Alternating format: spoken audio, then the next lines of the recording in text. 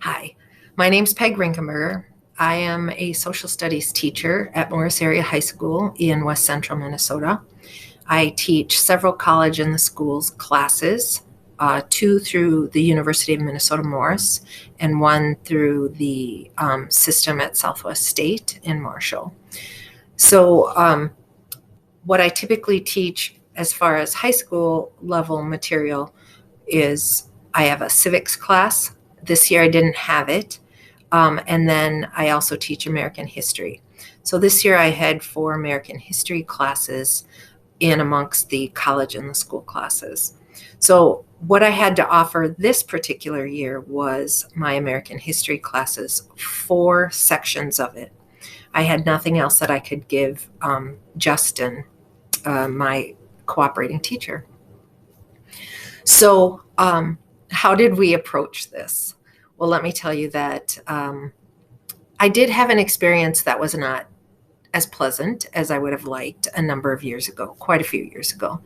And the student coming in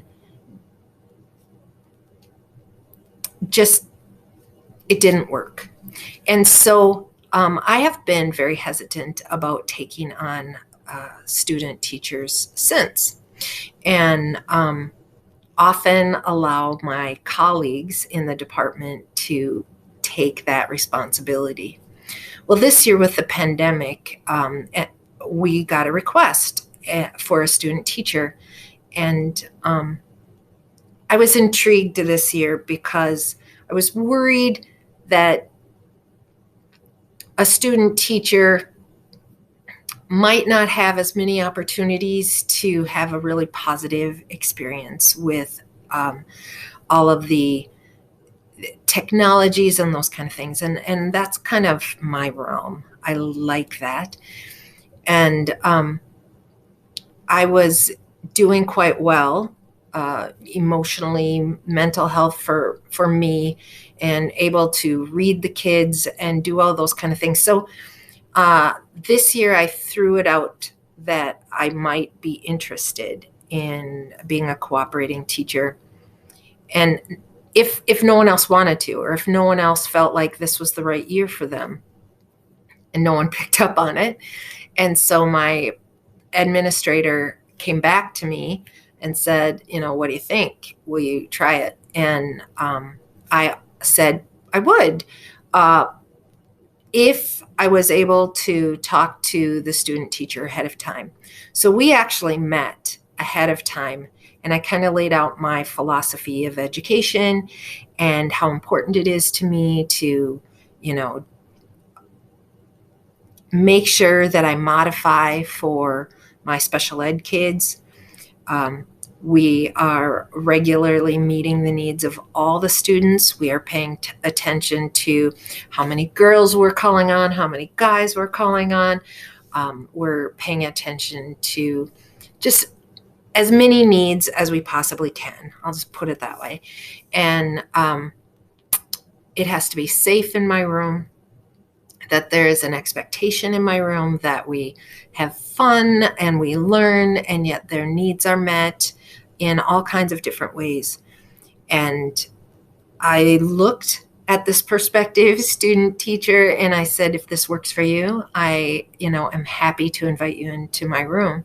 However, if this doesn't work for you, then maybe we're not the best fit. And we've laughed as we've talked about that meeting multiple times. And he actually walked out feeling like, was that a warning or was that an invitation? And quite honestly, it was probably both. I wanted him to understand that I take this seriously. I love what I do. My students are my students. And for me to hand them over to him was like giving my most precious gift to someone who I didn't know. And I wanted him to understand that. So he took several weeks. He did not take this lightly. He took this seriously. He talked to different people. I don't even know all. And he accepted the invitation.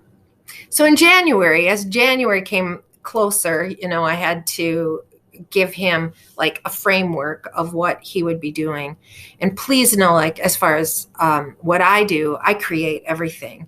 I don't just follow a textbook. I don't just use textbook tests. I create everything. I use documents and primary sources and do all the assessments and try to mix things up and diversify and meet their different needs. I love to do that. That's like what I do.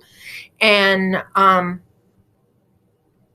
so I said, okay, here, this is your topic. These are some sources that you could look at. We don't, this is how I do things. You look at the standards, you look at how you want to approach it. You think about that. So he was doing that prior to coming in. And when he came in, I reiterated, hey, you are going to be taking over as of this date. This is what you have to do. Figure it out. And he did. Now, I'm not saying he didn't gulp hard. I am not saying that he was like super intimidated. This is an intelligent young man who wants to be a professional. And he took that approach. Initially, okay, he's pretty quiet.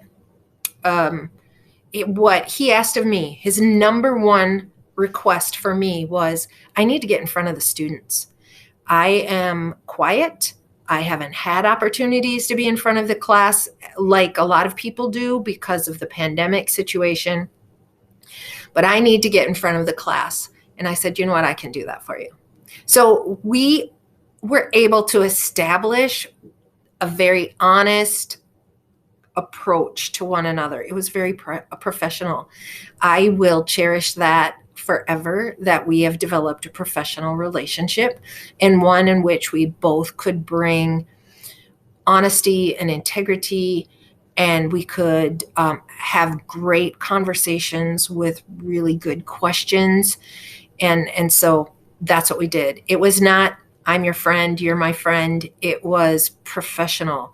I am here to help you. You are here to serve the students. We are here to make sure that when the students leave, that they have acquired what is necessary for them to move forward. So we were partners in that.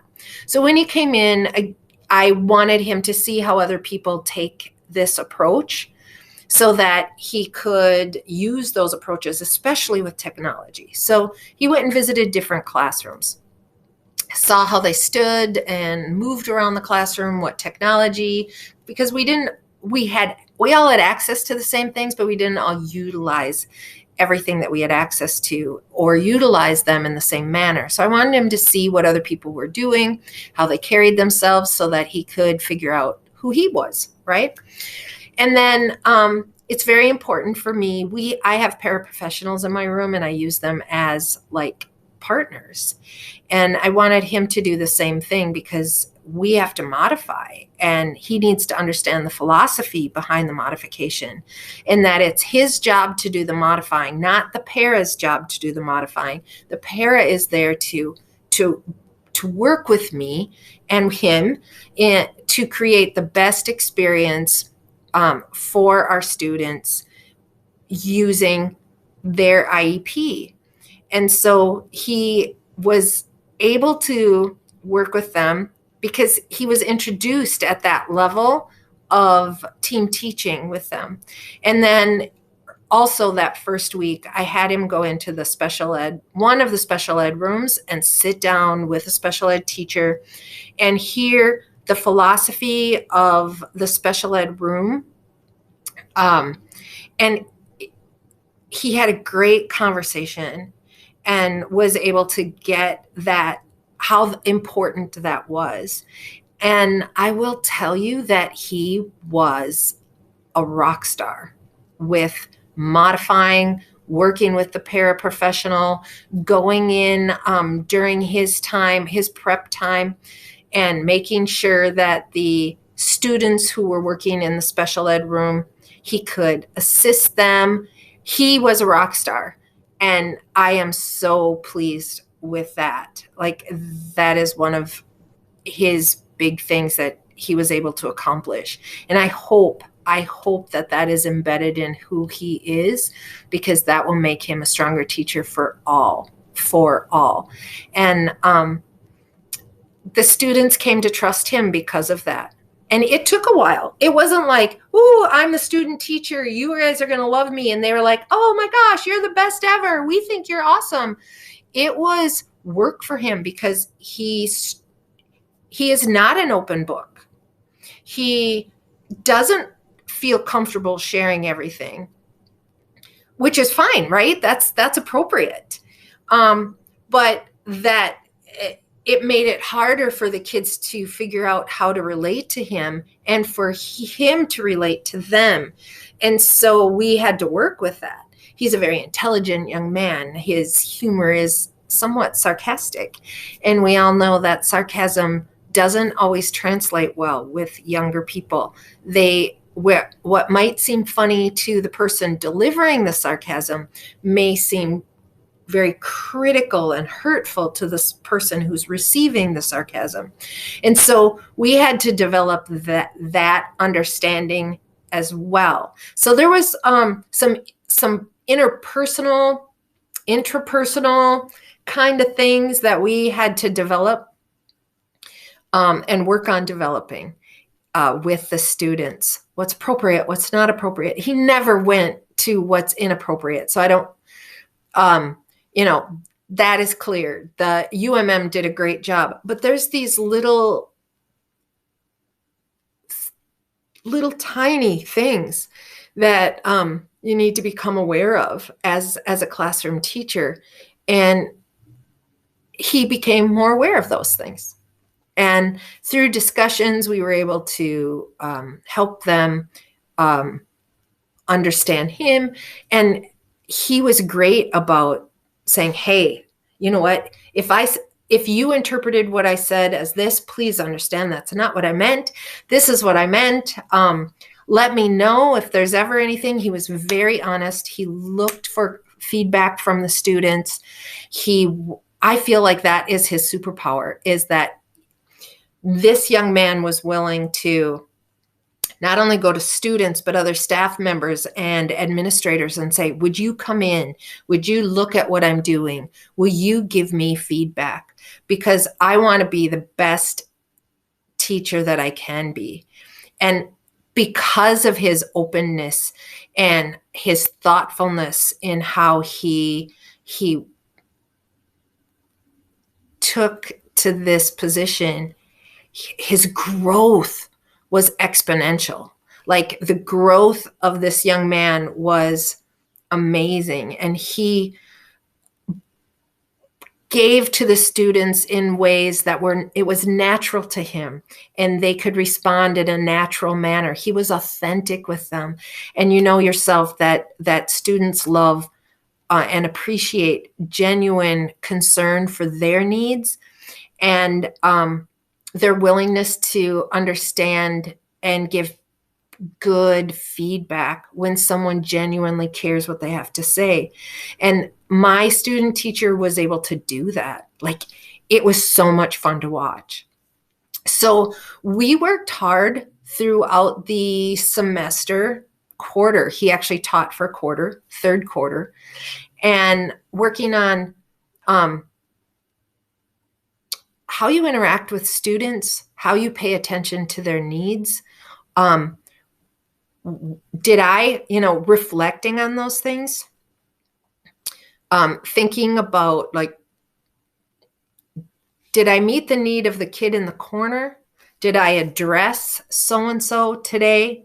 Did I look so-and-so in the eye? Do they know that I know that they're there and that they matter? Those were things I wanted to focus on. My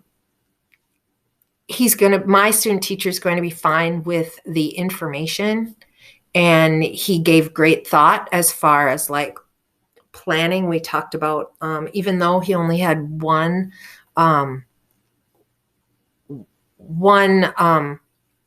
course to focus on as far as American history, we talked about layering and how you plan and how you lay things out to the benefit of the students, but sometimes you have to pay attention to what's going on in your other classes so that you can manage everything. I was very honest. I do not know how to only do work during the school day. I told him that. If he needs to learn that lesson, which, most people need to learn, you're going to have to learn that from someone else, that I could not offer that. So he needed to talk to other people and figure that out. So we worked on that all semester, all quarter, I guess. And his growth was amazing. So I feel really grateful as I reflect on my experience with this young man. He gave to me as much as I gave to him. We both worked hard at working together to give to the students, and the students responded well. They really appreciated him, and they learned things from him that I wouldn't have been able to teach them. We come at things with differences, different experiences, different authenticities, and we give the students what we can, and we do the best that we can for them in the framework that the school provides, the state provides, the standards provide, and then the tools that we're given and that we have access to. We're all just doing the best that we can. And he got that. And he did a lovely job. And I think he's going to be an amazing teacher. And I look forward to having him as a colleague that is teaching in a neighboring district, as he was hired this spring to teach next fall to a district close to ours. And we hope to share back and forth because we have something to offer one another, and we've established that relationship. So I don't know if I can say in a nutshell, but I'm going to try. In a nutshell, I took on this very hesitantly. I laid things out very clearly and openly for this young man to make a choice on whether or not he wanted to work with me. I take my job seriously, but I have fun with it. And I care about my students wholeheartedly, and I wanted someone to be able to do that. And I will say that my student teacher, that approach, he wanted to take that approach, but he hadn't really completely developed that yet. But I think he did. He did by the time we were done. And I feel really confident that he is going to do a really nice job for the district that hired him. He's going to care about the kids. He's going to ask them about their lives and their activities. He's going to go to them. He's going to show them that he cares about them. He is going to make things workable for each classroom. He's going to take responsibility for providing them opportunities to learn and yet hold them accountable for their learning. He's done a great job. And I hope that if you choose to become a cooperating teacher, that you will allow your student teacher to see who you are and forge this professional relationship and honest relationship with one another, and grow from it.